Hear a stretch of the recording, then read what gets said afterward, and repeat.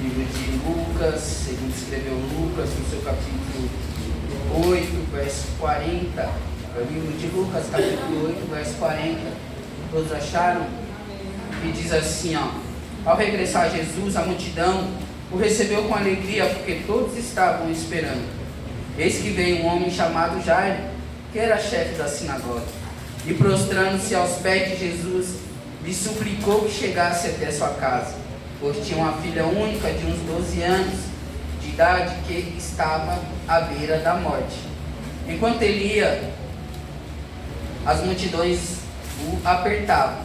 Certa mulher que havia 12 anos vinha sofrendo de uma hemorragia, a quem ninguém podido curar, e que gastara com os médicos todos os seus haveres, veio por detrás dele e tocou na orla das vestes, e logo se estancou o sangue e a hemorragia. Amém? Podeis assentar-vos. Mais uma vez quero agradecer essa oportunidade maravilhosa. Gosto muito da palavra do Senhor, quero aprender muito ainda, quero fazer parte mais ainda da vontade do Senhor para comigo, pois eu quero falar algo rápido aqui para os irmãos. Dia 29 de dezembro agora, eu fiz 30 anos, irmãos, 30 anos. Eu lembro que há 12 anos atrás, 13, 14, alguém disse, dizia, e eu ouvi muitas vezes alguém dizendo, pelo contexto da vida que a gente vivia um pouco lá atrás, que a gente não passaria dos 18 anos. E eu quero testificar isso e dizer que eu fiz 30, né? Porque a glória do Senhor, e Ele tem sido fiel para comigo e para com você. Estou aqui hoje para contar isso e dizer que o Senhor é bom e que Ele cura como Ele curou a nossa irmã, né? No dia que ela contou isso, depois o irmão Florisvaldo contou também, e eu também ia contar. E todos nós sofremos com essa dor, essa agonia na perna. Mas como ela já subiu aqui, já disse, Deus nos curou. E aqui estamos nós para testificar mais uma vez. Quero ser breve, né? O livro a qual a gente leu é uma passagem a qual todos nós sabemos, de cor e salteado, né? Vai falar de Jairo, e logo em seguida de uma mulher enferma que sofria de uma hemorragia. Quero contar algo também, que quarta-feira, quando eu vim preparado para aqui, pastor.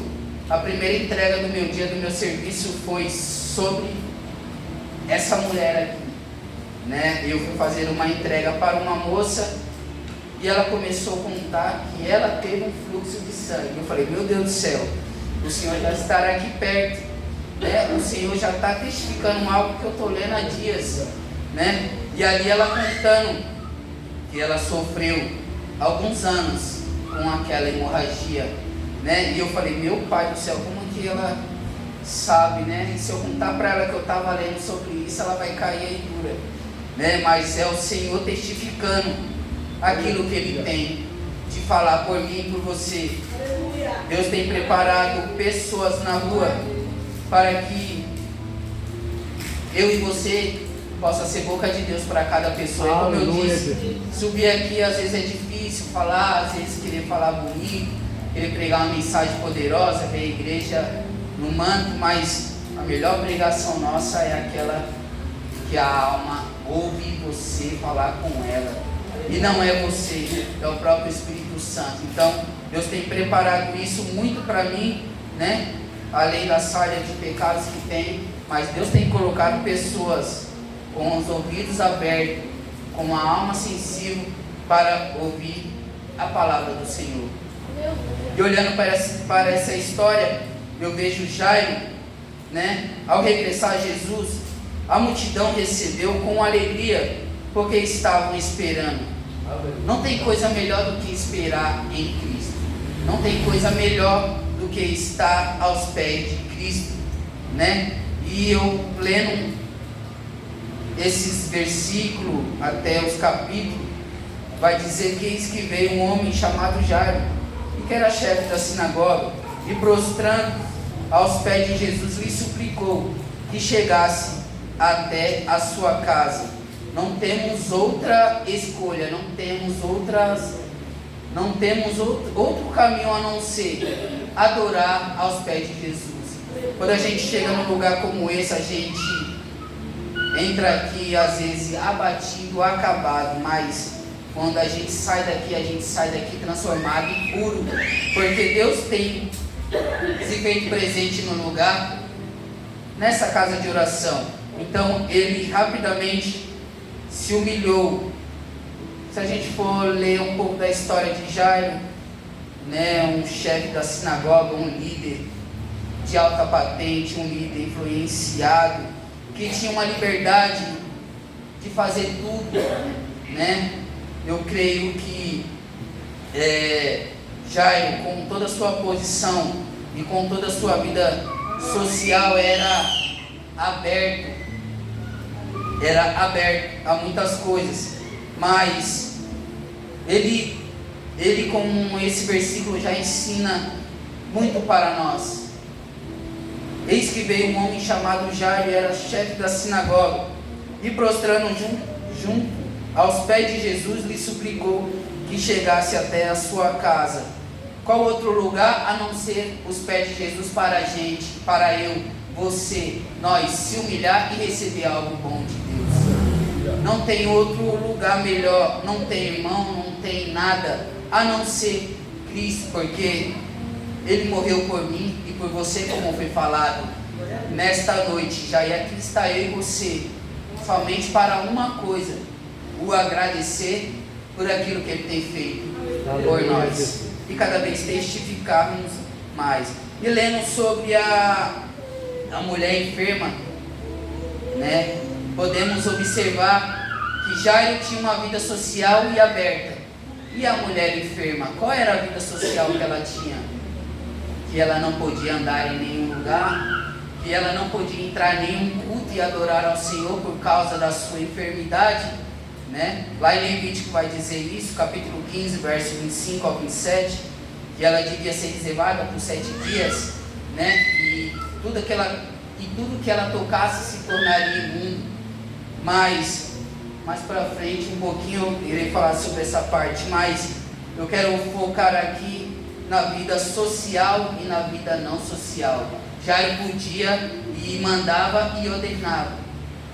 E a mulher enferma, por onde ela passava, por onde ela vivia, isolada, guardada, para que ninguém pudesse a ver e nem tocar, apenas os médicos, a qual ela gastara todos os seus haveres, como diz aqui a Bíblia, todos os seus mantimentos, toda a sua economia, todo o seu dinheiro. E ela sofria de uma grande hemorragia, né?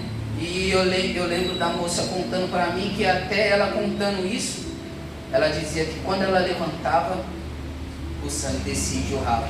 Ela deitava, o sangue jorrava. Ela andava e o sangue jorrava.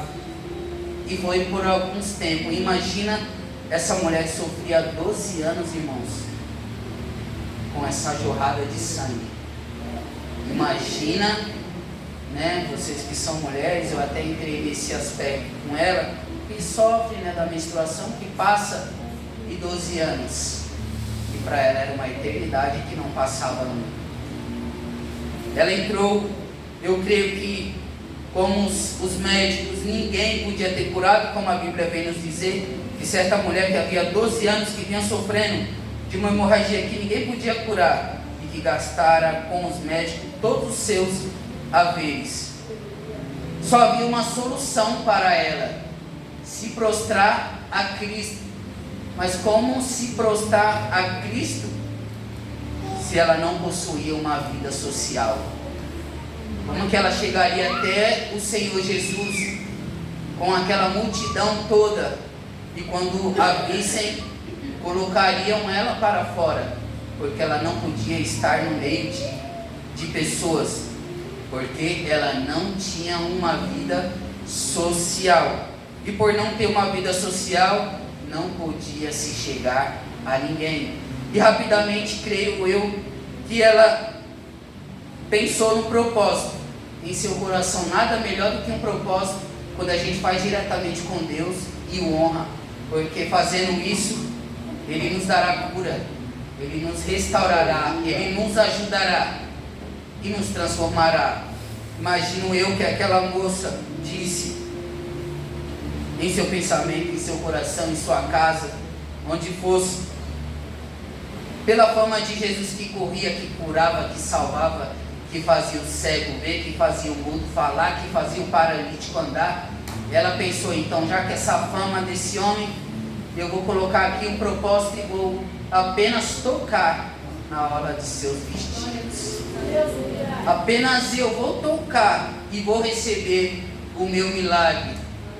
Pensando nisso, como é que foi os 12 anos da vida dessa mulher sem um propósito? Como é que eu e você vive sem um propósito? Como é que eu e você chega num lugar desse, entra e sai? Qual é o propósito que você e eu e nós chegamos aqui nesta noite? Qual é o propósito que está em nosso coração? Apenas vir, sentar, chorar e ir embora porque amanhã é segunda e temos que trabalhar? Qual é o propósito que eu e você saiu de casa para esse lugar? E chegamos aqui apenas para o pastor ver eu e você e a gente marcou nossa presença? Não, qual é o propósito que a gente colocou? Somente agradecer e adorar ao Senhor. Então ali ela colocou em seu pensamento tocar em Jesus. Imagina que honra e que glória uma mulher que se considerava imunda, que não podia estar ali, tocar em Jesus. Imagina uma mulher pecadora dessa, se alguém, imagino eu, não entendo muito, mas imagina aquela mulher se rastejando no meio de uma multidão, irmão. Se rastejando até tocar ali o vestido de Jesus. E quando ela tocou, irmão, veio por detrás dele, tocou na orla da sua veste e logo se estancou a hemorragia. Aleluia, Jesus. Glória. Ela imaginando o sofrimento dela de 12 anos acabar por causa de um propósito. Ela tocou nele, ela tocou na cura dela, ela tocou na própria vida, ela tocou naquele que faz todas as coisas. Ela tocou naquele que tem tudo sob controle, carrega eu e você na palma das mãos dele. Interessante que se a gente for pesquisar sobre a fé, ela vai nos dar um significado de confiança absoluta em alguém ou em algo. Crédito. Você ter fé em alguém, acreditar é bom. E você crer é tomar por verdadeira, acreditar, confiar em aceitar como verdadeiras palavras ou manifestação. A gente chegou nesse lugar com fé e crendo que Deus é Deus, que Ele cura, que Ele salva. Tudo disso foi testificado já aqui em cima. E eu só vim testificar mais uma vez que Deus Ele cura, que Deus Ele faz, que Ele é a nossa cura, e Ele é tudo o que eu e você precisa. Glória. O interessante é que Jesus, no meio daquela multidão, no meio daquele povo todo, imagino ele procurando, disse: ué, quem me tocou? Quem me tocou? Como todos negassem, Pedro, com seus companheiros, disse: mestre, como assim? As multidões te apertam e te oprimem e dizes: quem me tocou? Estavam todos aqueles ali, naquela multidão, mas havia uma mulher com um propósito maior do que a multidão. Havia uma mulher com um propósito maior que aquela multidão. Imagina uma multidão apertando a Cristo, e uma simples mulher o tocou. Simplesmente o tocou e recebeu a cura dela. Imagina quando ela percebeu que aquele sangue não jorrava mais dentro dela. E ali ela recebeu a cura, né? E mais para frente diz: contudo Jesus insistiu: alguém me tocou. porque senti que de mim saiu poder. Dele saiu poder, saiu a cura para uma única mulher em meio a uma multidão. Eu e você é alguém no meio da multidão. Nós somos alguém além da multidão. Eu e você somos frutos da cura do Senhor. Como foi lido aqui na palavra inicial, que fomos reconciliados com o Senhor, ainda nós sendo pecadores. Imagina a misericórdia do Senhor, que é a causa de não sermos consumidos, né? Como vai dizer lá em Lamentações, e Salmos também vai dizer que pela misericórdia do Senhor é o que nos guarda, porque senão os homens teriam nos engolidos. Imagina a misericórdia de Deus todos os dias na nossa vida. E vendo a mulher que não podia ocultar-se, aproximou-se trêmula e prostrando-se diante dele declarou à vista de todos o povo a causa porque ele havia tocado, como imediatamente fora curada. Então disse o Senhor: filha, a tua fé te salvou, vai-te em paz. O mais glorioso de ler uma mensagem, uma palavra como essa e falar isso aqui, é que Jesus não leva o crédito nenhum. Ele disse que a tua fé te salvou. A Bíblia vem dizer que nós somos salvos pela graça. Aleluia. Somos salvos pela graça mediante a fé, porque isso não é de vós, mas é dom de Deus, né? O Senhor, Ele tem reservado para nós muita fé e muita coragem, porque nos dias desses, como vivemos e como estamos vivendo, como alguém disse ontem para mim, o fato desse tempo é só piorar. É só piorar. Se a gente espera algo de bom, é só quando a gente chegar lá em cima com o Senhor, quando Ele arrebatar a sua igreja. E eu lendo um pouco mais para frente, entendendo dois propósitos em uma única história, né? Jairo se prostrou pedindo a cura de sua filha. A mulher enferma colocou um propósito, chegou até Jesus e recebeu a cura dela. O interessante, como é falado aqui todos os dias, que a gente deve agir com perseverança, porque sem perseverança, sem amor, sem bondade, sem misericórdia, nenhum de nós iremos chegar a lugar nenhum. Nenhum de nós iremos ser curados, nenhum de nós iremos ser transformados. Como eu disse, eu vivi uma vida totalmente ao contrário disso aqui. Quem diria que um dia eu chegaria aqui, né? Não precisa falar as coisas, mas a gente, quando a gente anda nas trevas, a gente é terrível. Mas Deus, pela sua misericórdia, sempre enviava pessoas e dizia: corre que agora é o tempo. Eu lembro disso, 2014, corre que agora é o tempo. Aleluia. E a gente já está em 2024, já se passaram 10 anos, e olha o que Deus fez com a gente. Cada um aqui possui a sua história, né?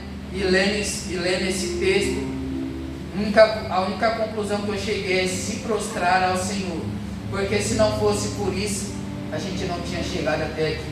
Quão difícil é permanecer num lugar como esse. Quão difícil, quanta falta de fé a gente tem. Ontem foi dito aqui que a gente quer chutar o pau da barraca, que a gente quer jogar tudo para o alto.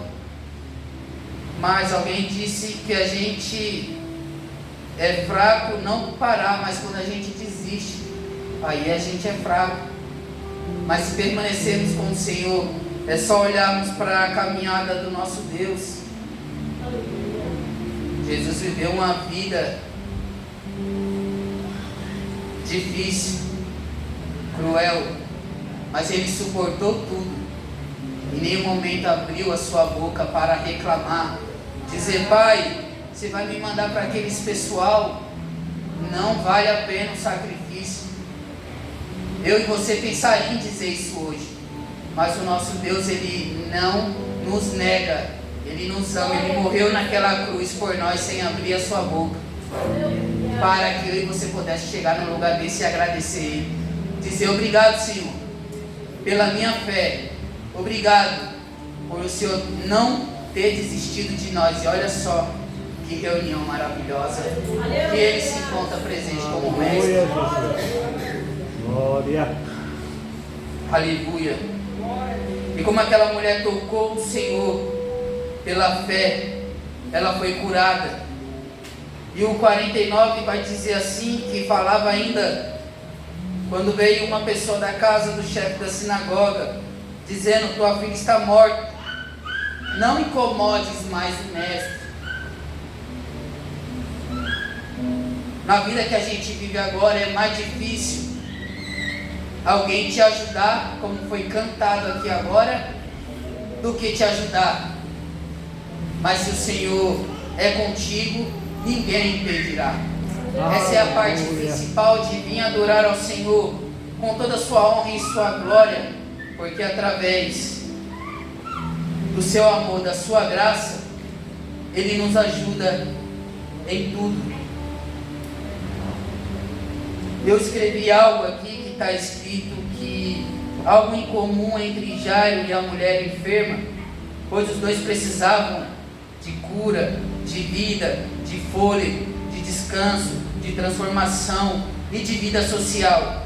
E a mulher Jairo possuía uma vida social e a mulher enferma isolada, contextos diferentes. É o que eu já falei, mas o 49, como eu li agora, falava ainda quando veio uma pessoa da casa do chefe da sinagoga dizendo: tua filha já está morta, não incomodes mais o mestre. Os tempos que a gente vive, é como eu disse agora, é mais difícil alguém te ajudar, te levantar com fé, com palavras.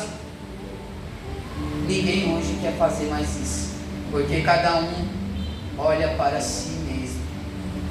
Cada um hoje quer seguir, olhar para o seu umbigo, se está bom, ele segue. Mas se ele vê o seu irmão, às vezes abandona, às vezes deixa. Mas o Senhor não se sente incomodado por nós, porque Ele quer ouvir, Ele quer sentir o nosso coração batendo nas palavras. Ele quer sentir fidelidade em nós. O Senhor quer sentir graça e o melhor, sinceridade em tudo que fazemos para Ele. Como é dito todos os dias aqui, né? Mas Jesus vem rebatendo, Ele disse, mas Jesus ouvindo isso, Ele disse: não temas, crê somente e ela será salva. Todo aquele pessoal que chegou na casa de Jairo, tentando o desanimar, deixando para baixo, fazendo-o chorar, Jesus chegou na hora certa. Jesus chegou na hora certa e disse: não temas, crê somente. Eu disse para alguém uma vez que esse não temas a gente tem todos os dias, cada um para o nosso dia. Não temas, quando a gente acorda de manhã ali, o Senhor está dizendo para mim e para você: não temas, crê somente, vá em frente, como Jesus disse ali, como foi falado para Josué: esforça-te, tenha de bom ânimo, vá em frente, não desista, porque assim como eu fui com Moisés, eu serei contigo. Então a gente tem a certeza de que Deus não se incomoda com a gente e que Ele nos consola com sua palavra. É a melhor coisa, é ser consolado por Deus. É bom ser consolado pelo irmão, às vezes pelo pastor, às vezes pelo nosso líder, mas ser consolado pelo Senhor lá na sua casa, lá no seu quarto, é a melhor coisa de ser consolado. Né? E Deus,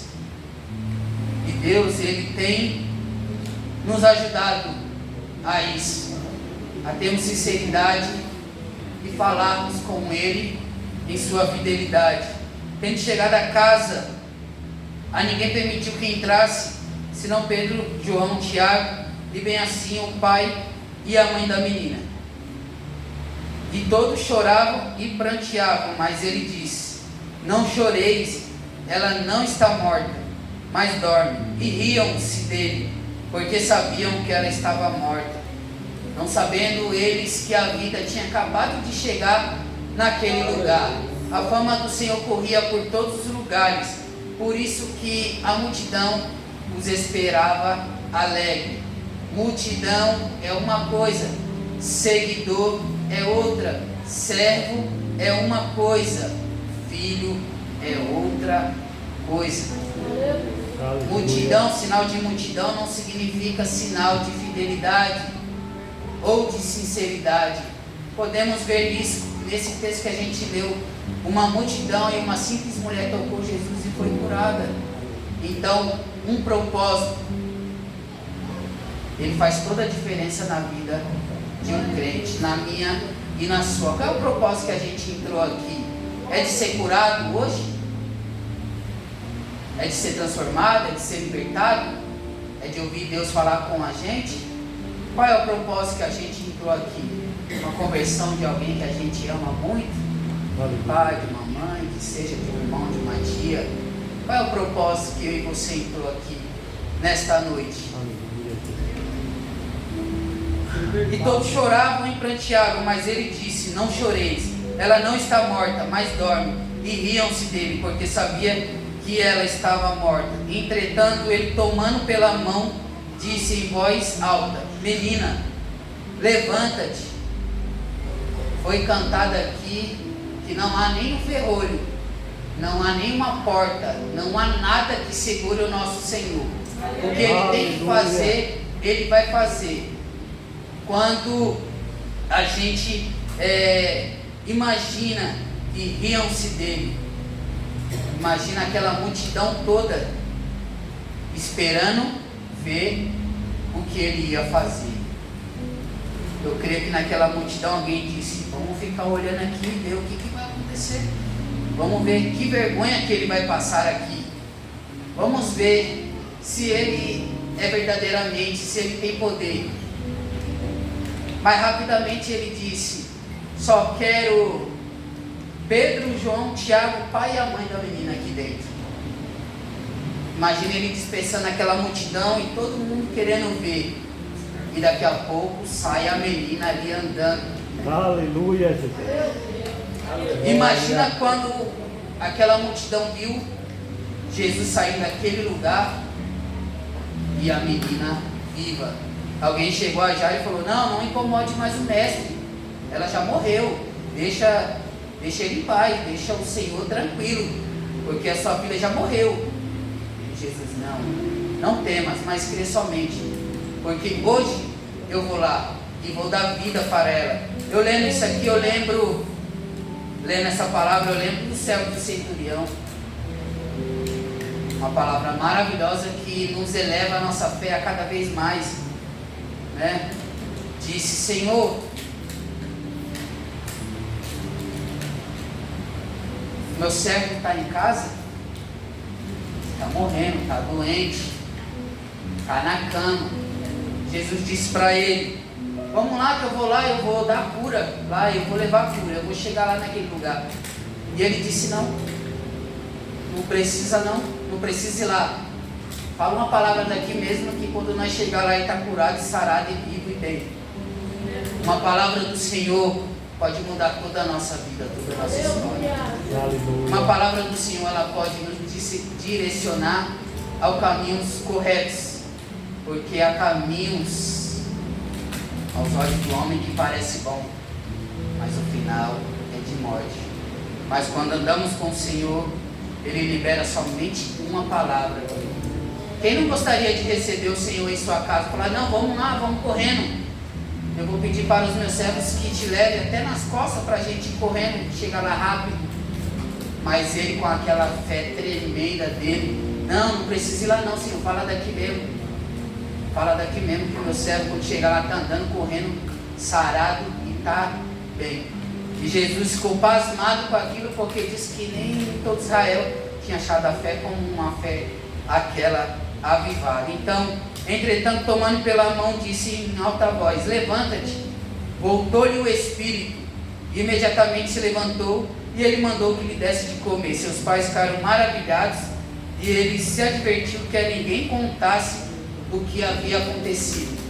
Imagina aquela multidão toda lá fora, irmão, da casa, esperando ver se Jesus ia sair com a mão na cabeça, falar: ixi, eu não consegui, a menina ainda está morta. Vocês tinham razão, a menina está morta. Mas quando ele saiu, ele mostrou que ele é a vida, ele mostrou que ele é a cura. Eu imagino a mente daquelas pessoas dizendo: quem é esse aí que cura as pessoas e deu vida à menina moribunda? Aleluia. Então, que a gente possa entender que o único lugar a viver bom para a gente ter vida, ser transformado e chegar na posição melhor é aos pés do nosso Senhor, né? Não tem um lugar melhor, e todos ficaram maravilhados. Imagina uma menina que estava morta e daqui a pouco sai de casa, irmão, viva, porque a vida e a cura chegou naquele lugar. E a vida chegou para dar vida e transformou aquele lugar. E lá eu já falei do servo de centurião, e o importante da fé é que a gente não abandone ela. Quantas vezes a nossa fé está fraca, está nos ares? Hoje eu não vou, porque a minha fé está fraca. Mas aqui é falado que se a gente não perdeu a fé, a gente não perdeu nada. Então, que a gente possa se levantar, arregaçar as mãos, colocar a fé em dia e para cima, e tudo de Deus a gente vai obter e ter. Eu quero agradecer a Deus até aqui. Eu quero agradecer a Deus por essa oportunidade.